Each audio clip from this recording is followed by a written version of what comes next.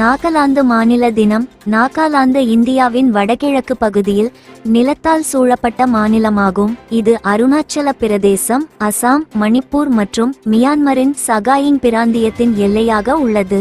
Nagaland December 1, 1963 அன்று இந்தியாவின் 16வது மாநிலமாக உருவானது. நிறுவப்பட்டது நவம்பர் 30, 1963. தலைநகரம் கோஹிமா. முதலமைச்சர் நைஃப்யூ ரியோ. அதிகாரப்பூர்வ மலர் ரோட்டோடென்ட்ரான் ஆர்போரியம். மாவட்டங்கள் 16. ஆளுநர் லா கணேசன் லையர்.